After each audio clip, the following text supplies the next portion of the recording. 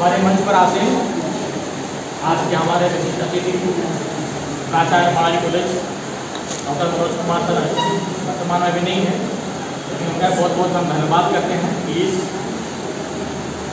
सुंदर और विशेष जयंती के उपलक्ष्य पर रामजाल मुंडा जी जो पद्मश्री थे आज यहाँ पर उपस्थित हुए, उनको हम बहुत बहुत आभार धन्यवाद देते हैं।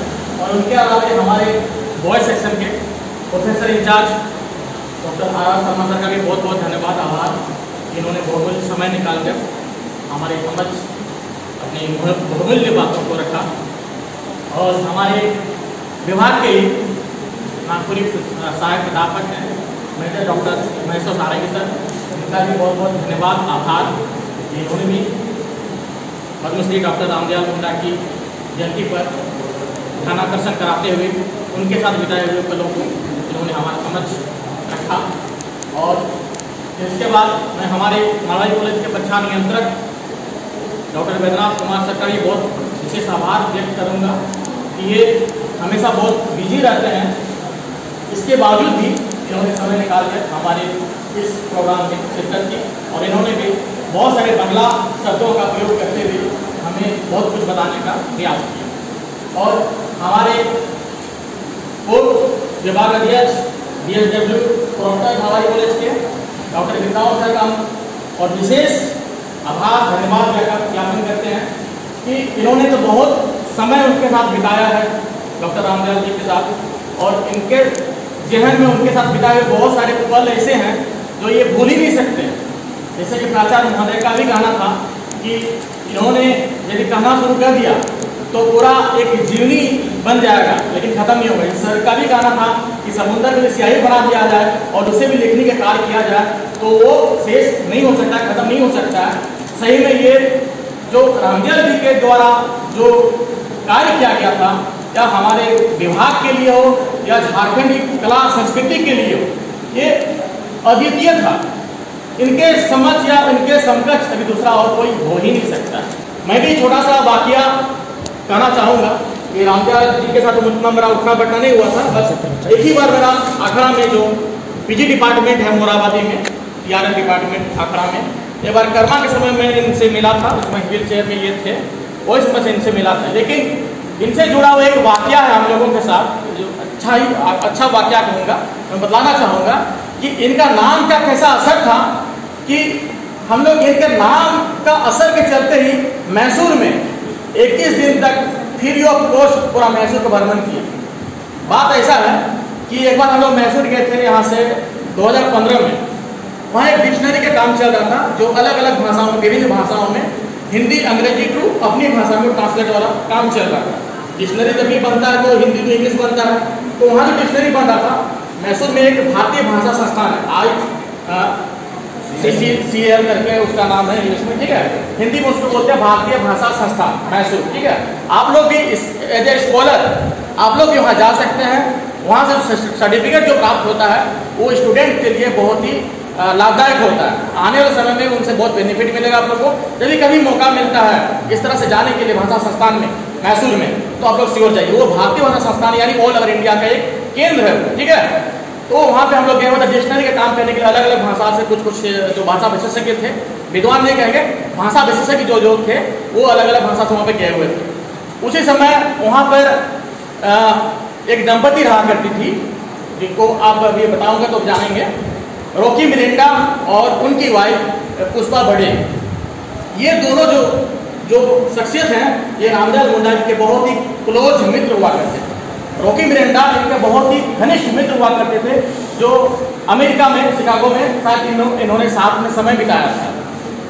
और रॉकी मिरिंडा की वाइफ थी पुष्पा बड़े। तो उन लोगों को खबर चल गया, वहीं मैसूर में उनका घर है और वहीं उन लोग रहते हैं।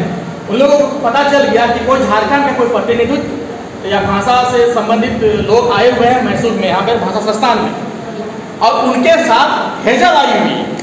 उनको लगा उनके साथ हेजल आई हुई। हेजल कौन थी आप लोग सुन चुके हैं। हेजल क्या थी? हमारे पद्मश्री डॉक्टर रामदयाल मुंडा की पहली पत्नी थी, जो यहाँ बहुत दिनों तक रही भी थी। ठीक है, उसके बाद फिर वापस मतलब आपसी राजामंदी से वो यहाँ संबंध विच्छेद नहीं हुआ, ऐसे ही वास्तविक राजामंदी से वो चली गई। बाद में डॉक्टर रामदेव मुंडा जी दूसरा विवाह किया डॉक्टर अमिता मुंडा जी के साथ, जिनका बेटा भी गुंजन लिखित मुंडा है। ठीक है, सभी हम लोग जानते हैं। तो उनको लगा, रॉकी मिरांडा दूसरा बड़े को लगा कि झारखंड से जो आए हुए उनके बीच में हेजल नाम की एक लेडी है जो रामदेव मुंडा की वाइफ है। तो वो आए हम लोग से मिलने के लिए पूरा आगे। तो यहाँ आने के बाद देख रहे हैं हेजल तो नहीं है, हेसल आई है। हेजल नहीं आई है, हेसल आई है। हेसल कौन है? डॉक्टर करिया मुंडा जो थे उनकी बेटी, करिया मुंडा की बेटी थी ना, जानते हैं आप लोग, खुटी वाले लोग जानते होंगे। तो उनकी बेटी हेजल खारू जो थी वो गई हम लोग के साथ मुंडा की हम साथ हिस्से की बनी थी। तो हेजल थोड़ा कंफ्यूजन हुआ उनको लगा कि हेजल आई है, इसलिए वो लोग पूरा मिलने के लिए पूरा परिवार आ गए। तो यहाँ आके देखे कि नहीं, यहाँ हेजल नहीं हेसल आई है। खैर कोई बात नहीं, झारखंड से आया हुआ है। दूसरा क्या है कि यार डिपार्टमेंट से पूरा टीम उठ कर आया हुआ है, उसे जब तक यहाँ रहेगा तब तक मेरा मेहमान बन के रहेगा, वो लोग बोले। उसके बाद डेली 4 बजे हम लोग का जब वो प्रोग्राम खत्म होता था संस्थान में, तब 4 बजे अपना एक माजदा 407 करके एक बस होता है, पहले झारखंड में भी चलता था 407 बस चलता था पहले। तो उसी साइज का एक माजदा करके हम मैसूर में बस चलता है, वही साइज का बड़ा सा। ठीक है, वो माजदा बस लेके डेली 4 बजे वहाँ पहुँच जाते थे। हम लोग क्लास खत्म हुआ, चलो बैठो यार, पूरा हम मैसूर धाम घुमाएंगे अपने खर्चे पे। कितना दिन तक है, 21 दिन का हम लोग का टूर था। 21 दिन पूरा अपने खर्चे पे मैसूर, ऐसे एज ए टूरिस्ट कोई यदि मैसूर जाता है तो कुछ खास चीज को वही वो देखता है, जैसे आपका महाराजा प्लेस हुआ, ये सब जो हुआ, टीपू सुल्तान का किला हुआ या वृंदावन गार्डन हुआ, ये सब देखता है। लेकिन कुछ जो आउट ऑफ लीग है, जो टूरिस्ट वाला लोग उतना नहीं दिखाता, वैसे जगह पे लोग अपने खर्चे पे अपने गाड़ी घुमा। यहाँ तक कि होटल में ले जाकर खिलाता भी था। एक होटल का नाम हमको याद नहीं है, वहाँ ले गया था, वहाँ 20 या 25 प्रकार का डोसा वो ऑर्डर की थी उनकी वाइफ, रॉकी मिरांडा की वाइफ पुष्पा पटेल। ठीक है, बोले हमसे खासकर थोड़ा ज़्यादा लगा हो गया था, हम उसमें अनमैरिड थे और वो थोड़ा सा ज़्यादा रोमांटिक थी। तो वो अपना कहानी किस्सा सुनाते रहती थी, इधर उधर का, कैसे हम रॉकी मिरांडा के साथ मिले, कैसे मेरा लव हुआ, शादी कैसे हम किए, वो सब हमेशा सुनाते रहती थी। तो ज़्यादा क्लोजनेस हो गया था।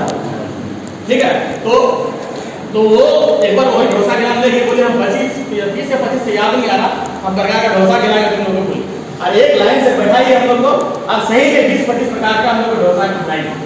तो ये उनके साथ मतलब इनका प्रभाव ही था कि हम लोग वहाँ उतना दिन रहे और फ्री ऑफ कॉस्ट मैसूर में घूमे। तो इस तरह की यादें हमारे बीच है और ये यादें हमेशा रहेंगी। साहित्य भी लिखा जाएगा और साहित्य हमेशा अमर होता है, अजर होता है, और कभी साहित्य मरता नहीं है। और इंसान को साहित्य ही जिंदा रखता है और साहित्य उसको हमेशा अमरत्व प्रदान करता है। तो इन्हीं सब शब्दों के साथ मैं आज इनको श्रद्धांजलि देता हूँ डॉक्टर रामदेव मुंडा जी को, और ये सभा समाप्ति की घोषणा करता हूँ।